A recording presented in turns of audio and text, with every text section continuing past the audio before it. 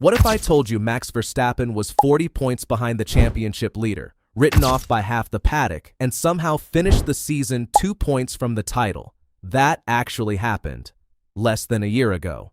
And now, heading into this year's summer break, he's staring at a hole in the standings even bigger than that one. So here's the real question this video is built around. Can lightning strike twice? We're going to walk through exactly how the 2025 comeback happened, and then, honestly, whether 2026 gives him anything close to the same shot. Let's break it down, but before, if you want more updates and news on Max, then hit that like button and subscribe for more breakdowns. Rewind to last summer. Going into the final race before the 2025 break, at this same Hungarian Grand Prix, Verstappen had his single worst weekend of the entire season, qualifying 8th, finishing 9th.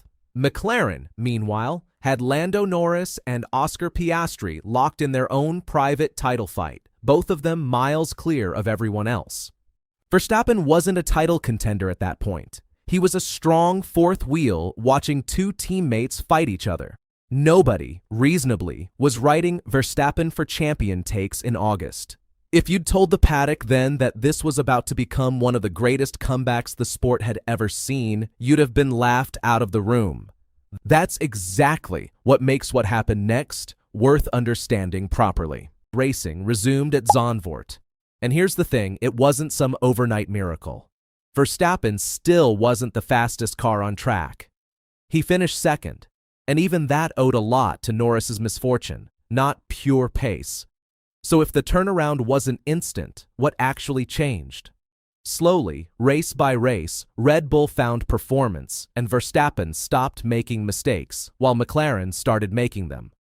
By late October, with 5 rounds left, he'd closed what had been a 40-point deficit down to just 12. That's not a driver getting lucky once. That's a sustained race-after-race erosion of a lead that looked untouchable in August. And that pattern, one team tightening up while the other quietly falls apart, is exactly the shape of every real title comeback in this sport's history. Now, if you actually go back and check the numbers from that stretch, one stat should stop you in your tracks.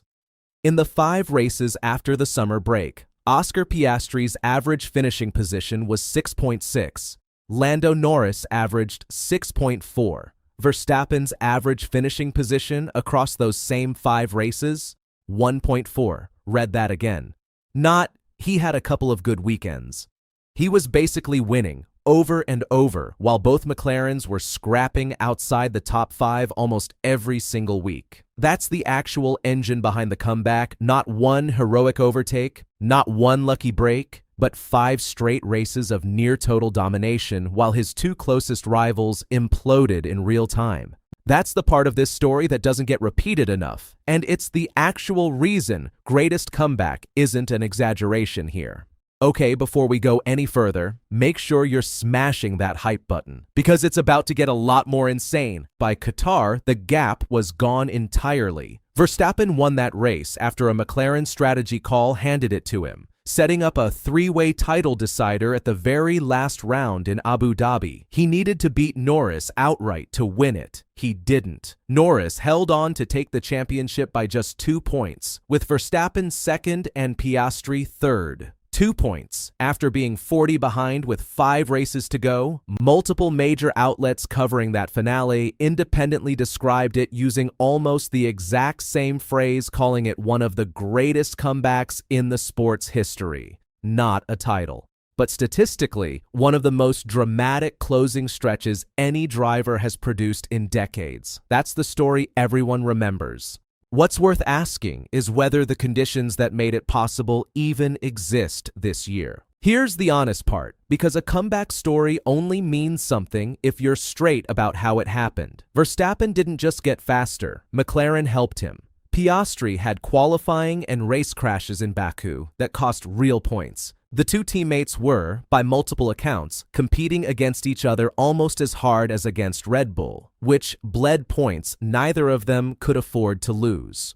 Verstappen's own performance was real, and sustained. But greatest comeback stories are almost never one driver alone. They're one driver getting near perfect while their rivals crack under pressure at the same time. That combination is rare. It's also, by definition, not something you can just decide to repeat. So the real question isn't, can Max drive well again? It's, will the other side crack again too? So where does that leave this summer break? Heading into it, Verstappen sits 6th in the championship on 109 points, 110 points behind the leader. Not 40, 110. That's nearly 3 times the gap he closed last year, with the same number of races typically left after the break. And unlike 2025, where Red Bull's car was actually competitive and improving, this year's Red Bull has spent the season fighting an overweight chassis, a rear wing that kept failing mid-race, and reports that the team is now shifting development resources toward next year's car instead of fixing this one.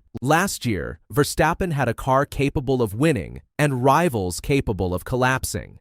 This year, at minimum, one of those 2 ingredients is missing. Some numbers that put this in perspective. Current standings. Antonelli leads on 219 points, Hamilton second on 169, Russell third on 160, Leclerc fourth on 138, Norris fifth on 128, Verstappen sixth on 109, meaning he's not even chasing one rival, he's chasing 4. For comparison, Verstappen's 2025 deficit peaked at 40 points with 5 rounds remaining after the break this year's 110-point gap. If it followed an identical rate of recovery, simply doesn't close in the number of races left on the calendar. That's not pessimism, that's arithmetic. What could change the picture? Mercedes has 3 different drivers splitting points between them rather than one dominant car, which is a different failure mode than McLaren's 2-car infighting was. If Antonelli, Hamilton, and Russell start taking points off each other the way Piastri and Norris did, the math gets less impossible.